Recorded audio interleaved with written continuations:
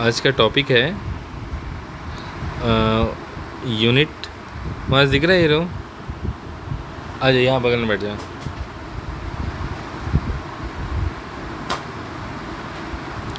Unit 9 और इसका नाम है हाउस होल्ड सर्किट्स। ठीक, चैप्टर का नाम है हाउस होल्ड सर्किट। मतलब कि इस चैप्टर में हम ऐसे सर्किट्स के बारे में पढ़ेंगे जो घरों में रहता है ना।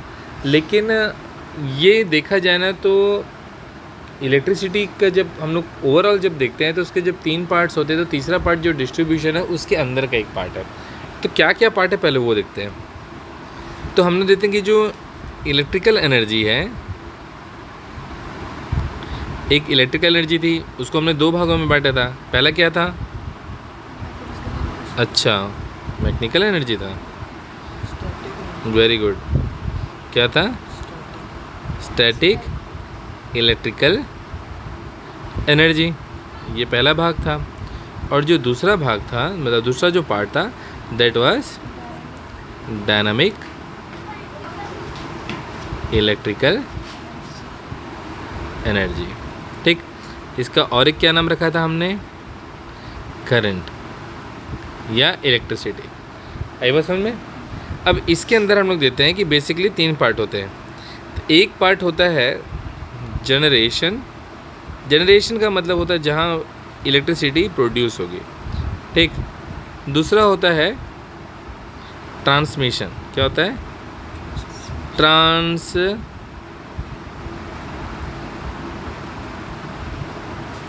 ट्रांसमिशन। कैसे नहीं चला रहा? ट्रांसमिशन। और अगला होता है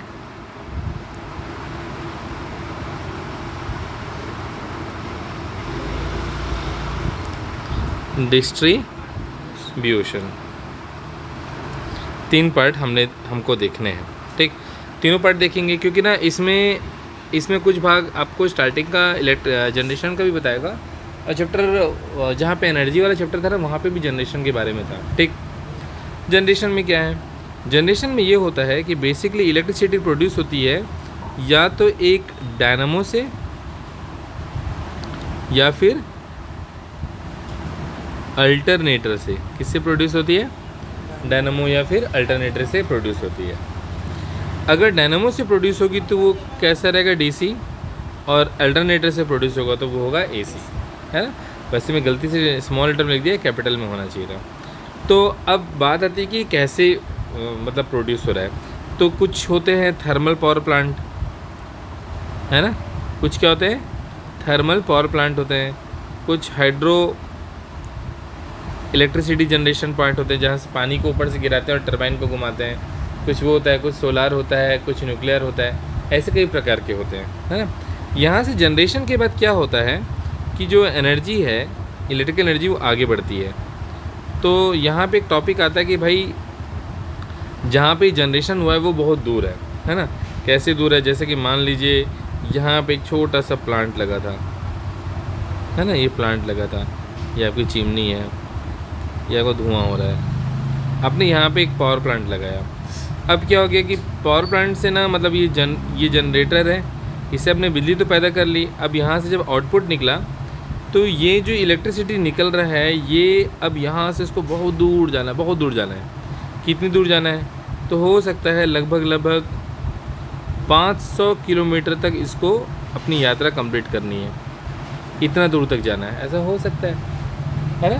जैसे झारखंड से बिजली पैदा होती है और बांग्लादेश तक जाती है बंगाल से होते हुए, तो 500 से और ज़्यादा, 1200-1400 किलोमीटर तक होता है। तो बहुत दूर तक जाना है। तो क्या होता है कि जब इलेक्ट्रिसिटी इतने लंबे सफ़र पे जाती है, जब इलेक्ट्रिसिटी इतने लंबे समय के लिए जाती है, तो क्या होता है कि ये लेंथ बढ़ गई तो रेजिस्टेंस बढ़ेगा। जब आर बढ़ेगा तो क्या होगा? हीट ज़्यादा डिसिपेट होगी, हीट एनर्जी ज़्यादा मतलब जनरेट होगी। और उसके कारण क्या होगा? जो इलेक्ट्रिसिटी हमने यहाँ 100% दिया था, वो हमको लास्ट में हो सकता है 40% भी ना मिले। तो ये जो डिफरेंस आ रहा है, ये कहाँ चला गया? ये निकल गया हीट बन के। क्या हो गया? हीट बन के बाहर निकल गया, उड़ गया। तो हमको तो लॉस हो गया। इतना कोयला जलाए। और उसको कम करने का तरीका क्या है? कम करने का तरीका ये है कि जब V बढ़ता है तब I भी बढ़ता है, ये ओम्स लॉ का कहना था। लेकिन ये तब होता है जब हम टेम्परेचर को कांस्टेंट रख पाते हैं, और जब टेम्परेचर को कांस्टेंट नहीं रख पाते हैं तो क्या होता है, ये उल्टा हो जाता है। क्या हो जाता है? उल्टा। V बढ़ेगा तो I घटने लगता है। तो हम वोल्टेज को बढ़ाते हैं और करंट को कम कर देते हैं। जितना करंट कम होते जाता है हीट उतनी कम प्रोड्यूस होती है। तो जो 100% दे रहे हैं ना, हो सकता है 40 की जगह ये 80% हमको मिलने लगे। 20% लॉस होता है तो भी ठीक है, लेकिन 40 होना बहुत कम हो जाता है। तो ये जो लंबी ट्रांसमिशन रहते हैं ना, इसी को हम लोग, ये जो लंबा दूर तक जा रहा है इसको बोलते हैं ट्रांसमिशन। ठीक, यहाँ पे दिया हुआ है। अभी क्या होता है कि ना, हमारा जनरेशन जो होता है वो होता है 11 kV में। क्या में होता है? 11 kV, मतलब 11,000 वोल्ट में। किस में होता है? 11,000 वोल्ट में प्रोड्यूस होता है। और जब ये आगे बढ़ता है तो हम क्या करते हैं, इसको ना, इस वोल्टेज को और बढ़ाते हैं। तो हम लोग इसको ले आते हैं 63 kV, फिर 121, फिर 161 तक भी ले आते हैं, 132 भी ले जाते हैं, है ना। फिर हम 132 ले आते हैं, ये सबसे कॉमन नंबर है। 132 कॉमन नंबर है, मतलब 1,32,000 वोल्टेज जो है ये एक कॉमन स्टैंडर्ड है, जिसमें कि बहुत हाई वोल्टेज करंट दौड़ता है ट्रांसमिशन लाइन में। अब ट्रांसमिशन लाइन होता कैसा है वो देख भी लेते हैं। आपको एक ऐसा लंबा सा टावर ऐसा दिखेगा, ठीक, ये आपको ऐसा लंबा सा टावर दिखता है, ठीक, और इसमें ऐसे जिग जैग बना रहता है। खेत तरफ देखें आप,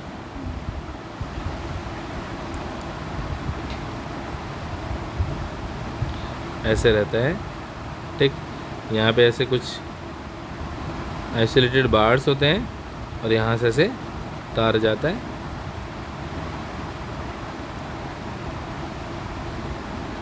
ऐसे तार गया रहता है, ठीक। और एक तार तो यहाँ से भी जाती है, ठीक। इसको बोलते हैं ट्रांसमिशन के टावर्स। खेत पे होते हैं, काफ़ी ऊंचाई पर होते हैं, कोई चांस ही नहीं रहता कि आपसे किसी एंगल से टच हो जाए। इनका काम होता है कि ये जनरेशन से, कहाँ से आते हैं? जनरेशन से आपको ना शहर की तरफ डिस्ट्रीब्यूशन की तरफ ले जाते हैं। जनरेशन से किधर जाते हैं नो? डिस्ट्रीब्यूशन की तरफ जाते हैं, ठीक। अब जब ये वही रेड तार है, अब इसके बीच में ना आपको क्या मिलेंगे? ट्रांसफार्मर्स मिलेंगे। क्या मिलेंगे? ट्रांसफार्मर्स मिलेंगे। ये रहे ट्रांसफार्मर्स। इन सब में एक ब्रीथर तो होना कॉमन ही है। ये आपका ब्रीथर है, ये इसमें वेंट लगा रहता है, सिलिका जेल वाला वेंट होता है। यहाँ पे 3 इनपुट आउटपुट वाले रहते हैं, ठीक। ये ट्रांसफार्मर है। ट्रांसफार्मर का काम होता है स्टेप अप और step down. Step down transformer को शॉर्ट में ऐसे भी लिखते हैं, लेकिन ये इंजीनियरिंग की भाषा में लिखते हैं, आपको शॉर्टकट नहीं मानना है। ट्रांसफार्मर काम है वोल्टेज बढ़ाना भी और वोल्टेज घटाना भी। जब आपको बढ़ाना होगा तो स्टेप अप ट्रांसफार्मर लगाइएगा, जब आपको वोल्टेज घटाना होगा तो स्टेप डाउन ट्रांसफार्मर लगाइएगा, ठीक। अब समझते हैं कि कैसे कैसे हुआ होगा।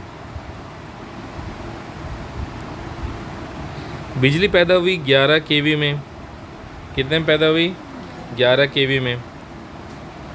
तो यहाँ पे एक हमको ट्रांसफार्मर लग जाएगा, वो क्या करेगा? वोल्टेज को बढ़ा देगा।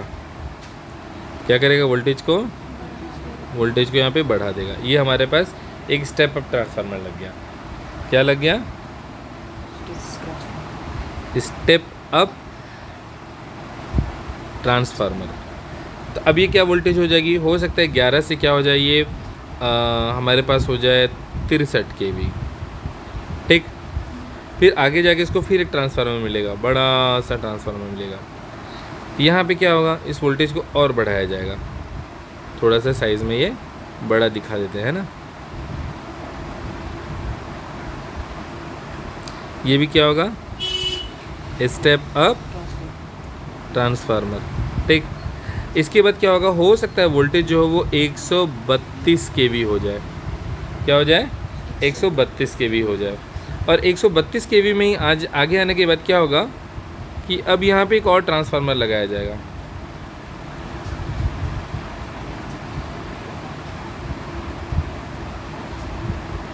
लेकिन ये होगा स्टेप डाउन ट्रांसफार्मर। क्या होगा? Step down transformer. अब इसमें क्या होगा कि ये आ जाएगा 66 kV, तो 66 kV आगे भी चल जाएगी और एक चल जाएगी कहाँ पे? रेलवे के पास। कहाँ चल जाएगी? रेलवे के पास चल जाती है। तो रेलवे के जो पावर हाउस में करंट आता है वो 66 kV का आता है ना। कहीं पे भी आप जाएंगे ना उसका पावर हाउस देखने, तो वहाँ लिखा रहेगा 125/66। तो ये 132 या 125 भी हो सकता है ना, ये स्टैंडर्ड है। कहीं कहीं पे कोई रीज़न से 125 भी लेते हैं। तो बताता है कि इतना आया था और हम 66 करके रेलवे को दे दिए। ठीक, ऑब्लिक रहता है, दोनों में से कोई भी आ सकता है। कई बार हो सकता है यहाँ से भी रेलवे ले ले, अगर उसको बहुत बड़ा लोकोमोटिव का कुछ काम है तो यहाँ से भी ले ले। जैसे रायगढ़ में 66 kV का है, 125 वाला kV का नहीं है। अब रेलवे क्या करेगा? रेलवे यहाँ पे अपना एक ट्रांसफार्मर और लगाएगा। ठीक, क्या ट्रांसफार्मर लगाएगा? अब वो लगाएगा स्टेप डाउन ट्रांसफार्मर। क्या लगाएगा? Step down transformer. और यहाँ से ना फिर 2 कनेक्शन निकालता है रेलवे।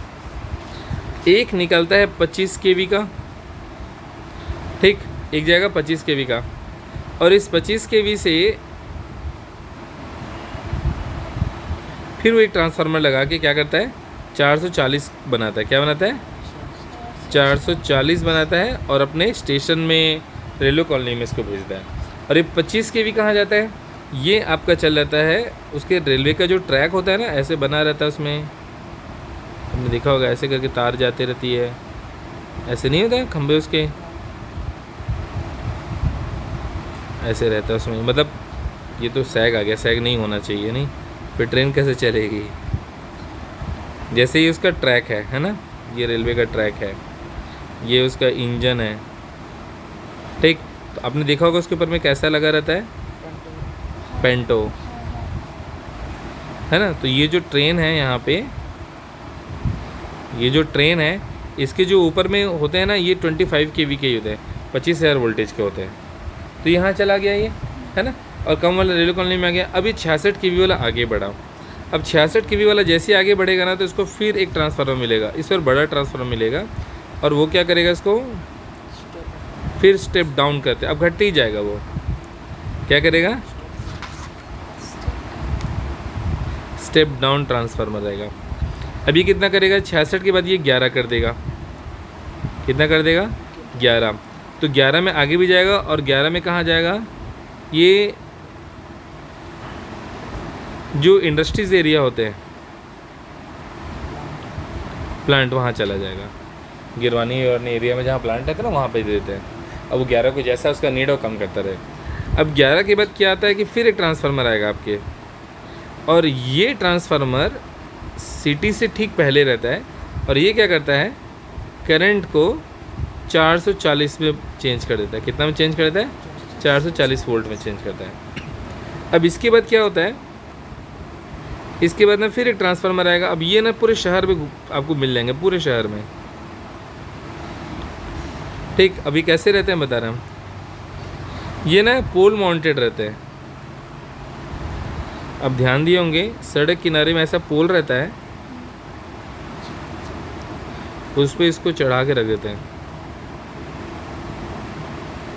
ठीक, और इसके बाद इसकी ये क्या होता है ना, ये 440 को किस में चेंज करता है? 220 वोल्ट में चेंज करता है, और यहाँ से फिर आपके घर में आता है। ये ऐसा कुछ आपके मोहल्ले में ऐसा टावर रहता है, ऐसे लगा हुआ रहता है, और इसमें आ जाता है। यहाँ से आप लोग अपने घर में ले लेते हैं। झोपड़ी इसलिए बना रहा हूँ, झोपड़ी बनाना इजी है ना। तो ये देखिए, ये आपके घर में आ गया। तो ये कितना है? 220 वोल्टेज आएगा। अब इस पूरे में देखते हैं कि जनरेशन कहाँ है, ट्रांसमिशन कहाँ है, डिस्ट्रीब्यूशन कहाँ है। तो ना ये जो एरिया है, यहाँ से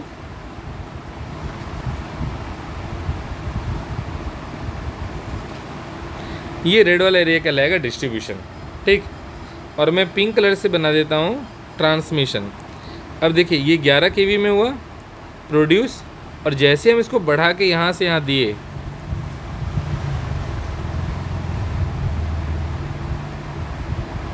ये हो गया पूरा हमारा ट्रांसमिशन। क्या हो गया? ये ट्रांसमिशन। ठीक, अगर यहाँ से कोई चीज़ अलग होती है तो रेलवे का डिस्ट्रीब्यूशन तो यहाँ कहलाएगा, है ना। तो इसको भी हम चाहें तो डिस्ट्रीब्यूशन मान सकते हैं। ज़्यादा अच्छा है कि इस पूरे को आप डिस्ट्रीब्यूशन मान लीजिए, ठीक। ये डिस्ट्रीब्यूशन है गया। ये जो 440 वाला एरिया है ये लोकल सिटीज़ के अंदर में होता है। आई बात समझ में? तो हमने आज क्या देखा, जनरेशन, ट्रांसमिशन और डिस्ट्रीब्यूशन तीनों हमने देख लिया। सिटी के अंदर में 440 और 220 कैसा दिखता है उसको दिखता है। जैसे ये कि हमारा ये कोतरा रोड है, ठीक, और ये मान लीजिए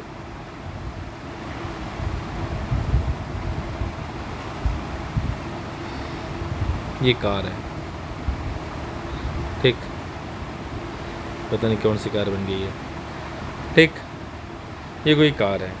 तो आपने देखा होगा कि एक तो ऐसा टावर रहता है, पोल रहता है, नॉट टावर, ठीक, ऐसा करके रहता है ना। इसमें कई सारे लाइट भी लगे रहते हैं, स्ट्रीट लाइट रहता है ना। इसी पे कई लोग अपना पोस्टर भी लगा देते हैं, जिंदाबाद वाला, हैप्पी बर्थडे, हार्दिक शुभकामनाएं, साइड में रहता है, ठीक। इसी के सामने में एक लंबा सा खंबा रहता है, देखिएगा,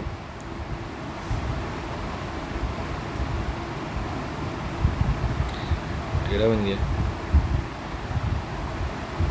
एक बहुत ऊंचा रहता है पोल। इसका भी लगभग हालचाल ऐसे ही रहता है, ठीक। ये ऐसे स्ट्रेट आती तार और स्ट्रेट निकल जाती, ज़्यादा सैग नहीं रहता है बट उतना नहीं, और ना इसमें थोड़ा सा सैग ज़्यादा रहता है। ये होता है 220, ये होता है 440। कोतरण में देख के आइएगा तो कहाँ पर है, रोड के एकदम साइड में होंगे, या रोड कहाँ चीटिंग चल रही है, हाँ देखा, हेलो चीटिंग कर रही ना, गुड।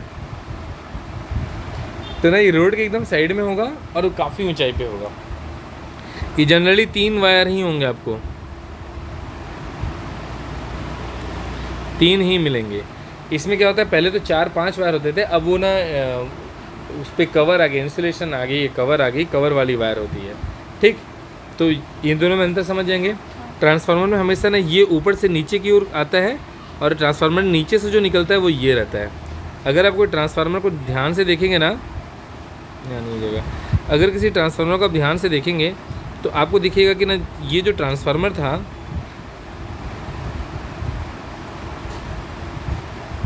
जैसे ये ट्रांसफार्मर का मतलब ख़त्म होता है तो ना यहाँ पे एक तो ये तो एक मतलब शेल्फ जैसा होता है जिसके ऊपर में रखा रहता है, उसके नीचे ना एक बॉक्स होती है बड़ी सी, है ना, उसमें 3 फ्यूज़ लगे रहते हैं, देखा है आपने, ये 3 फ्यूज़ रहते हैं। यही हमेशा हवा में हिल टूट जाता है ना तो भी करंट ऑफ हो जाता है इसके कारण। तो जो तार यहाँ से निकलती है ना वो एक्चुअली 220 होती है, और जो ऊपर से नीचे की ओर अंदर की ओर आती है वो 440 होती है। ट्रांसफार्मर में ऊपर से आता है ना वो 440 आता है, और जो निकलता है वो 220 आता है। तो नीचे नहीं जाता है, ये भी ऊपर जाता है, बट ये ऊपर कितना जाता है, इसके हाइट तक जाता है, ठीक। अगर मैं चाहूँ और इस ट्रांसफार्मर को ही अगर यहाँ पे कॉपी करना चाहूँ, अरे बाप रे लंबा कॉपी है, चलो बना भी देते हैं, परफेक्ट, ठीक।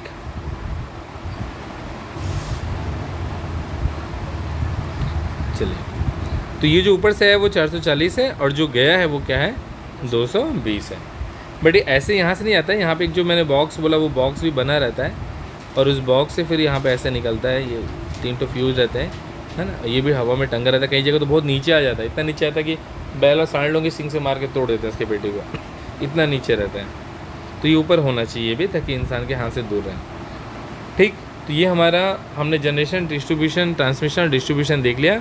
उससे जुड़ा हुआ एक क्वेश्चन रहता है कि 11 kV में क्यों होते हैं, क्योंकि इसमें बोलते हैं the power generated generating station not directly transmitted to the consumer at 11 kV, but before its transmission its voltage is raise to reduce the loss of energy in the form of heat. अब ये logic बताता हूँ, फिर chemistry start करते हैं। कोई formula है H=I²RT, ठीक। अभी मान लीजिए करंट मैंने 100 एम्पियर का दिया, अगर रेजिस्टेंस 100 ओम है और I का वैल्यू 100 है, और टी मान लीजिए 100 सेकेंड है या 3600 सेकेंड है। तीनों को मल्टीप्लाई करिए तो ये हो जाएगा 36 इंटू 1 2 3 4 5 6, इतना जूल निकलेगा हीट, और ये अच्छा खासा होता है। अब मैंने क्या किया, वोल्टेज बढ़ाने से ये आई घट गया, तो कितना घटा, तो 0.1। तो इस पूरे में 0.1 का मल्टीप्लाई हो जाएगा किसके जगह में, रादर देन यूजिंग दिस 100, तो 36 10⁴ तो रहेगा, ये 2 0 और ये 2 0 तो रहेगा, बट यहाँ पे आ जाएगा 0.1, क्योंकि ये 2 0 तो इसके कारण था। चलिए इसको थोड़ा और आसान करते हैं। मान लीजिए I² RT, R और T का मल्टीप्लाई करने से आता है 100 और I की वैल्यू है 10, तो फॉर्मूले के हिसाब से I का स्क्वायर 10 का स्क्वायर मतलब 100, और 100 और 100 कितना हो जाएगा 10,000, तो आंसर आएगा 10,000। ठीक, अब फिर RT को लेते हैं, इसकी वैल्यू कितनी आ रही है 100, बट I का वैल्यू ले लिया मैंने 1, तो 1 का स्क्वायर कितना हो जाएगा 1, और 1 को 100 से मल्टीप्लाई करेंगे तो हो जाएगा 100। पहले कितना था I का वैल्यू, अब कितना है, चलिए अब डेसिमल लेके देखते हैं। RT का वैल्यू कितना रहेगा 100 मान लेते हैं, I का वैल्यू है 0.1, तो अगला वैल्यू क्या हो जाएगा 0.01। अब 0.01 को 100 से मल्टीप्लाई करेंगे तो क्या हो जाएगा 1, क्यों, क्योंकि 0.01 इंटू 100 जब करते हैं तो 1 के पीछे 2 0 आएगा, 2 0 यहाँ पे डेसिमल लेना है तो 1 के बाद डेसिमल आएगा, तो आंसर आएगा 1। और एक छोटा नंबर ले लेते हैं, 0.0001 ले लेते हैं I का वैल्यू। अगर ये वैल्यू आती है तो और इसका स्क्वायर करेंगे, जैसे मैंने डायरेक्ट I² का वैल्यू लिया है ना, it's not the value for the I, है ना। अगर मैं ये बोलता हूँ जैसे यहाँ पे I का वैल्यू था, इसको हमने I² बनाया, मान लेते हैं मैं डायरेक्ट I² का वैल्यू ले लिया हूँ, है ना। I का वैल्यू था 0.01, इसको स्क्वायर किए तो 3 0 हो गया। अब इसको जब 100 से मल्टीप्लाई करेंगे तो कितना हो जाएगा 1 2 3 4 1 2 3 4 0.01, इसका तो कोई वैल्यू नहीं है। मतलब करंट जितना कम करते जाओगे उसका स्क्वायर करने से वैल्यू और कम होता है। इसका मतलब किसी भी डेसिमल वाले नंबर का स्क्वायर करने से वैल्यू और छोटी हो जाती है। आई बात समझे, यहाँ तक समझ आया। इसलिए हम आई का वैल्यू कम करते जाते हैं। तो जब आई का वैल्यू कम करने के लिए हमको क्या करना पड़ता है, वोल्टेज को बहुत बढ़ाते हैं। तो कितना बढ़ाते हैं 1,32,000 कर देते हैं, करंट की वैल्यू डेसिमल में आ जाती है और उतना हीट जनरेट नहीं होता है। ठीक।